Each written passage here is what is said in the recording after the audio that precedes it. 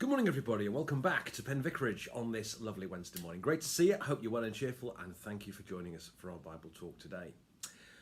Well, we really are at the sharp end of the Gospel of Mark now. Jesus he's had the Last Supper. He's gone into the Garden of Gethsemane. He's agonised, and he's been then Judas and the chief priests and so on have come along, and they've arrested him. And the first place to take him is the chief priest's house. Chief priest was a man called Caiaphas. You can go there to this day. It's a very interesting place to go. So without further ado, I shall read you Mark's Gospel, chapter 14, starting to read at verse 53. So they've arrested Jesus and they've taken him away. They took Jesus to the high priest, and all the chief priests, the elders and the scribes were assembled. Peter had followed him at a distance right into the courtyard of the high priest and was sitting with the guards, warming himself at the fire. Now the chief priests and the whole council were looking for testimony against Jesus to put him to death, but they found none. For many gave false testimony against him, and their testimony did not agree. Some stood up and gave false testimony against him, saying, "We heard him say, I will destroy this temple that's made with hands, and in 3 days I will build another, not made with hands." But even on this point, their testimony did not agree. And the chief priest stood up before them and asked Jesus, "Have you no answer? What is it that they testify against you?" But he was silent and did not answer. Again, the chief priest asked him, "Are you the Messiah, the Son of the Blessed One?" Jesus said, "I am, and you will see the Son of Man sitting at right hand of power and coming with the clouds of heaven." Then the high priest tore his clothes and said, "Why do you still need witnesses? You've heard his blasphemy. What is your decision?" All of them condemned him as deserving death. Some began to spit on him, to blindfold him and strike him, saying to them, "Prophesy." The guards also took him over and beat him. While Peter was below in the courtyard, one of the servant girls of the high priest came by. When she saw Peter warming himself, she stared at him and said, "You also are with Jesus, the man from Nazareth." But he denied it, saying, "I do not know or understand what you're talking about." And he went out into the forecourt. Then the cock crowed. And the servant girl, on seeing him, began again to say to the bystanders, "This man is one of them." But again he denied it. Then after a little while the bystanders again said to Peter, "Certainly you are one of them, for you are a Galilean." But he began to curse and swore with an oath, "I do not know this man you are talking about." At that moment the cock crowed for the second time. Then Peter remembered that Jesus had said to him, "Before the cock crows twice, you'll deny me 3 times." And he broke down and wept. This is the word of the Lord. Thanks be to God. Well, again, as always with the Bible, feel your way into it. Try and feel some of the drama, because it's absolutely rammed full here. And there are basically 3 protagonists in this story. There's the religious leaders, there's Jesus, and there's Peter. We'll take them one at a time. Religious leaders. Firstly, I want you to kind of feel with this, really. Firstly, the level of hatred that they just really hate Jesus. But also the level of chaos too. And bear in mind, it had also for them been the Passover festival, so presumably they'd had a big meal with their families. They presumably, it's a bit like calling clergy out on Christmas Day or something like that. I mean, they'd had a big, and yet they still prepared to come out because they just want rid of Jesus. And feel the chaos, they just can't get people to agree with each other. They try and get testimony, they misquote him about destroying the temple and so on. He clearly been talking about his own body. And so they misquote him, and they can't get the testimony to agree. But basically, they're just absolutely desperate to get rid of Jesus. And it's ironic, of course, when the high priest asked him, "Are you the Messiah, the Son of the Blessed One?" And the way he actually puts it, "You are the Christ, the Son of the Blessed?" ? But the irony is, take the question mark off, and you've got the high priest saying, "You are the Christ, the Son of the Blessed," which is fascinating that he actually said it. I think that's quite intriguing. So feel the chaos, feel what's going on, feel that they can't get the testimony to agree, but for some reason they're prepared to even come out, after they've had a meal with their families, and they must have been exhausted, but they come out anyway because they really want to get rid of Jesus. So sort of feel the chaos, feel the hatred, and that's kind of what you've got with them. And then there's Jesus. Jesus will have, I've been to Caiaphas' house, it's a fascinating place. He'll have been kept in a pit. And if you want a quote for that one, quote Psalm 88. Have you read? It's the most miserable psalm in the Old Testament. It starts miserable, has miserable at the beginning and middle, and it kind of miserable at the end too. But it talks about what Jesus must have felt like, about I'm counted as one in the pit. So if you read Psalm 88 sometime, it tells you a bit about Jesus' experience and how he must have felt in the pit. And then, of course, they drag him out and they start questioning him, questions.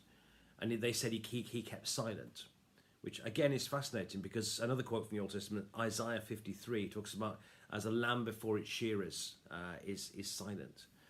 Talks about the servant of God who remains silent. And Jesus here remained silent while they were attacking him. Again, fulfilling Isaiah 53, if you want to check it. Words that we often use on Palm Sunday, on Good Friday. Remind us what Jesus did, keeping silent while they were laying into him. And then finally, when they asked him, he said, "Are you the Christ, the Son of the Blessed?"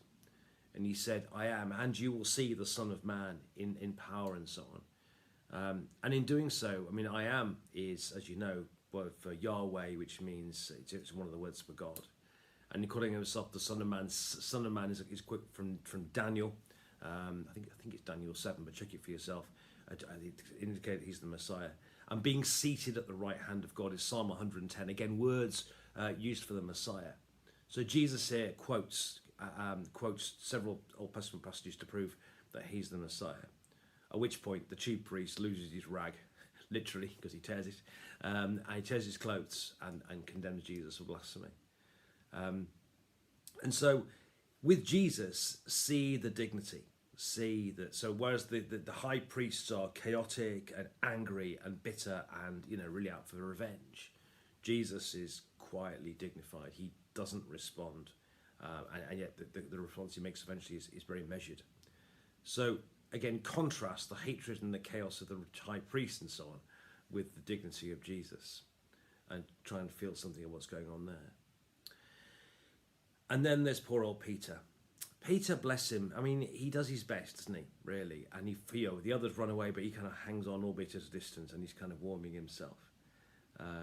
And yeah, this servant girl comes up to him, and each time he gets more and more angry. If you read the words, eventually he actually curses as he's "I'm not." No. He's really quite adamant about it. He doesn't know the person.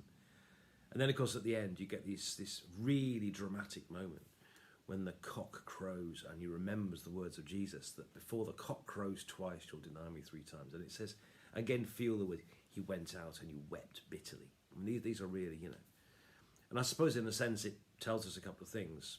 Again, another quote from Old Testament, Isaiah 53, which talks about the Messiah having to tread the winepress alone. Ultimately, where Jesus went, no one can follow. Jesus had to go to the cross, and he had to do it alone. And he had to experience all that meant. And he had to, just to say, Isaiah 63, he had to tread the winepress alone.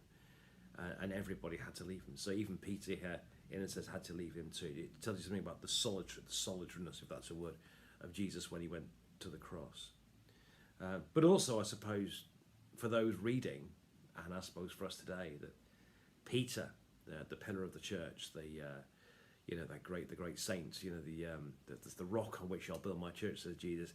Even he denied Jesus, and in a sense, like I said to you before, we all do it sometimes, through small things or big things sometimes that we say, think, and do, the way when we should be acting in a Christian way, we don't. In a sense, we deny Jesus too, and so on.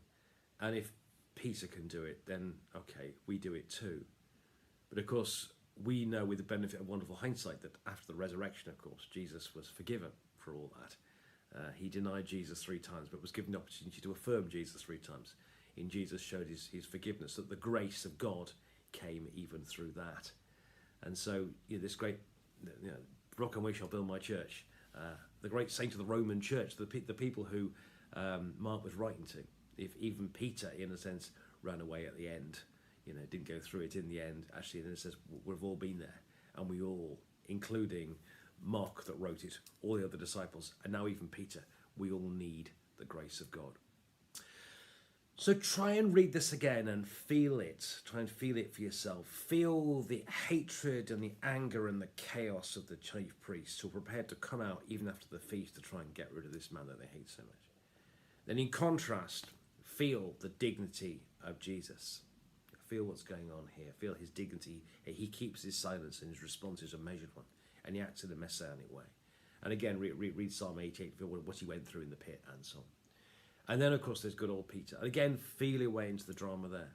Feel just how devastating it must have been to have caught the eye of Jesus at the moment when the cock crowed for the second time. And you realise what he'd done and how much he, like we all, need the grace of God. More tomorrow. We have had the religious trial today. Tomorrow we have the other